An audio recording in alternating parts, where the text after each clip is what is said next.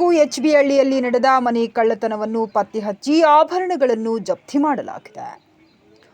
ವಿಜಯನಗರ ಜಿಲ್ಲೆ ಕೂಡ್ಲಿಗಿ ತಾಲೂಕು ಹಾಗೂ ಹಗರಿಬೊಮ್ಮನಹಳ್ಳಿ ತಾಲೂಕಿನಲ್ಲಿ ನಡೆದ ಕೆಲ ಕಳ್ಳತನ ಪ್ರಕರಣಗಳು ಪತ್ತೆ ಹಚ್ಚಿ 3 ಆರೋಪಿಗಳನ್ನು ಬಂಧಿಸಿ ಕಳ್ಳತನವಾಗಿರುವ ಬೆಲೆ ಬಾಳುವ ವಸ್ತುಗಳನ್ನು ಜಪ್ತಿಪಡಿಸಿಕೊಂಡ ಪೊಲೀಸರು. ಕೂಡ್ಲಿಗಿ ಡಿವೈಎಸ್ಪಿ ಮಲ್ಲೇಶ್ ದೊಡ್ಡಮನಿ, ಉಪವಿಭಾಗ ಕೂಡ್ಲಿಗಿ ಇವರ ಸೂಕ್ತ ಮಾರ್ಗದರ್ಶನದಲ್ಲಿ ಪ್ರಹ್ಲಾದ್ ಆರ್ ಚನ್ನಗಿರಿ, ಸಿಪಿಐ ಕೂಡ್ಲಿಗಿ ಹಾಗೂ Vikas P Lambani, CPI HB Halli ಮತ್ತು ಕೂಡ್ಲಿಗಿ ಠಾಣೆಯ ಪಿಎಸ್ಐ ಸಿ ಪ್ರಕಾಶ್ ಹಾಗೂ ಸಿಬ್ಬಂದಿ ವರ್ಗದವರು ಮನೆ ಕಳ್ಳತನ ಪ್ರಕರಣವನ್ನು ಕೈಗೊಂಡು ಆರೋಪಿಗಳನ್ನು ಬಂಧಿಸಿದ್ದಾರೆ.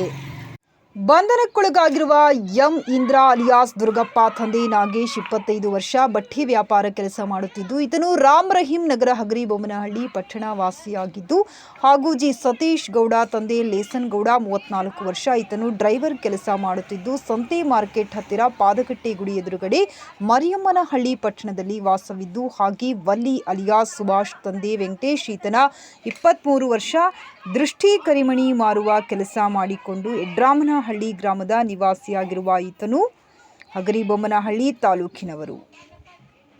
ಕೂಡ್ಲಿಗಿ ಪೊಲೀಸ್ ಠಾಣೆಯಲ್ಲಿ 2, ಹಗರಿಬೊಮ್ಮನಹಳ್ಳಿ ಠಾಣೆಯಲ್ಲಿ 2, ಒಟ್ಟು 4 ಮನೆ ಕಳ್ಳತನ ಪ್ರಕರಣದಲ್ಲಿ ಮೇಲ್ಕಂಡ ಆರೋಪಿತರಿಂದ ಒಟ್ಟು 215 ಗ್ರಾಂ ಬಂಗಾರದ ಆಭರಣಗಳು, 2 ಕೆಜಿ ಬೆಳ್ಳಿ ಆಭರಣಗಳು, ಒಂದು ಶಿಫ್ಟ್ ಡಿಸೈರ್ ಕಾರು ಅಂದಾಜು ಬೆಲೆ 2 ಲಕ್ಷ ರೂಪಾಯಿಗಳು, ಹಾಗೆ ಒಟ್ಟು 22,750,000 ರೂಪಾಯಿ ಬೆಲೆ ಬಾಳುವ ವಸ್ತುಗಳನ್ನು ಜಪ್ತಿ ಪೊಲೀಸ್ ಇಲಾಖೆಯವರು ತಿಳಿಸಿರುತ್ತಾರೆ.